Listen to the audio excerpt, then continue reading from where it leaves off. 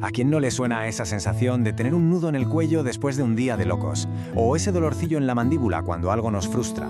Pues bien, hoy vamos a meternos de lleno en esa conexión, que es fascinante y a la vez súper misteriosa, entre lo que sentimos por dentro y cómo se tensan nuestros músculos por fuera.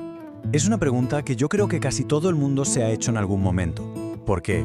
Lo sentimos, ¿verdad? El estrés no es algo que esté solo en la cabeza.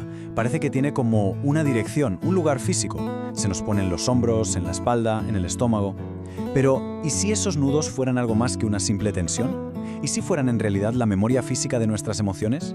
A ver, vamos a entrar en materia. Por un lado, tenemos un concepto de los años 30, la coraza muscular. Suena casi poético, ¿no? La idea de que creamos una especie de armadura física para defendernos de las emociones que nos duelen. Y por otro, la ciencia de hoy nos habla de puntos gatillo, un diagnóstico superclínico, muy específico.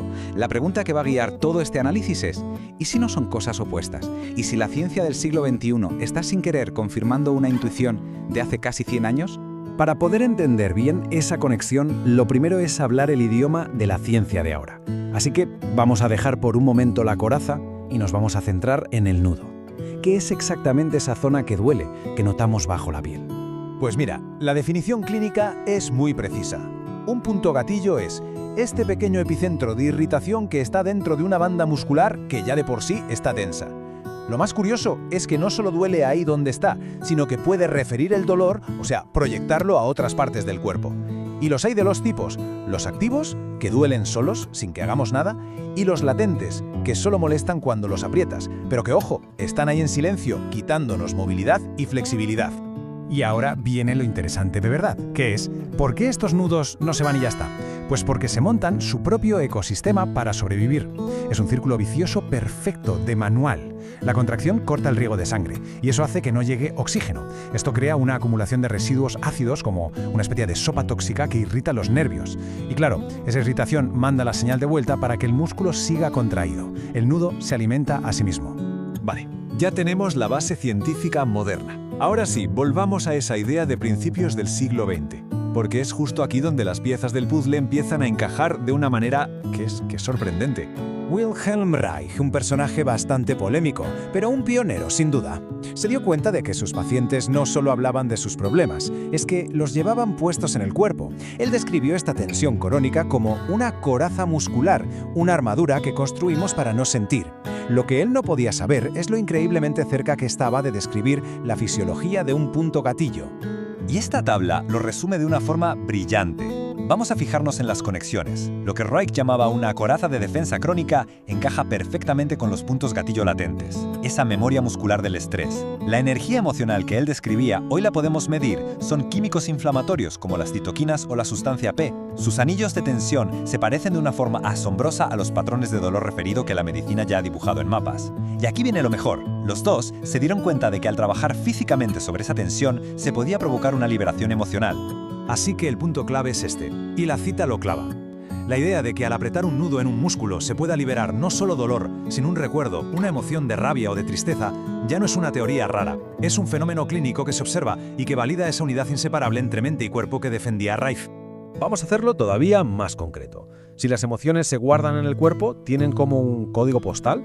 Reich habló de segmentos, y la ciencia moderna de los puntos gatillo nos muestra patrones que la verdad encajan de forma inquietante.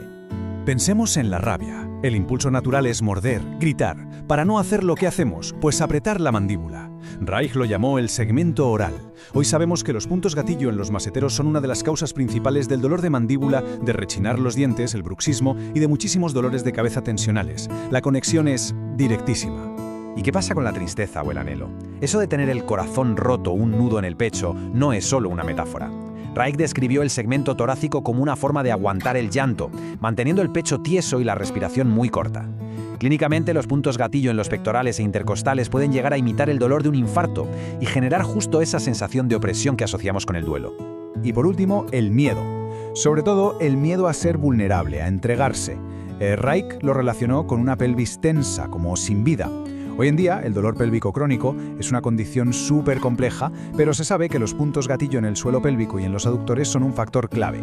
Esta tensión crónica es una manera física de decir no, de proteger el núcleo más vulnerable de nuestro cuerpo. Vale, si estos nudos son la manifestación física de una emoción que hemos guardado, ¿cómo se deshacen? Pues no es magia, es pura biología. Vamos a ver qué pasa a nivel celular cuando un terapeuta aprieta uno de estos puntos.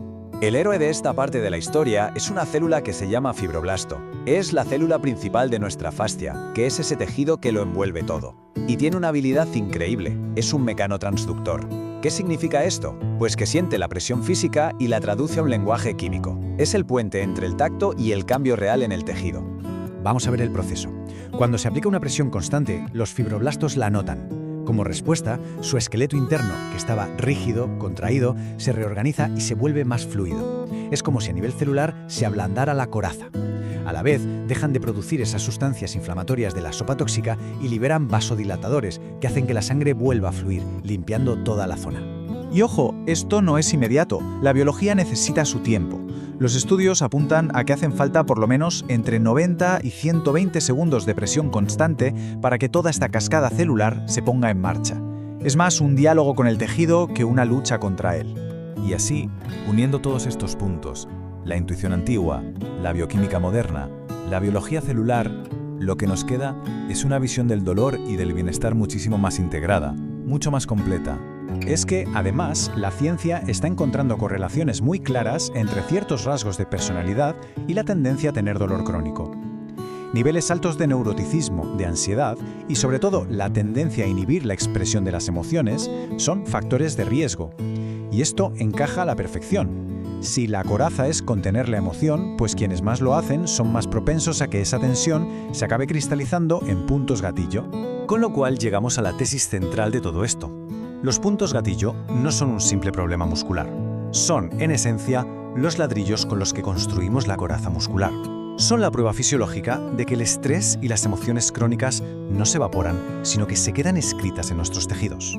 Y todo esto nos deja con una última reflexión. La próxima vez que aparezca ese dolor en el cuello, en la espalda, en la mandíbula, quizá la pregunta no sea solo ¿cómo me quito esto?, sino más bien ¿qué es lo que me está diciendo?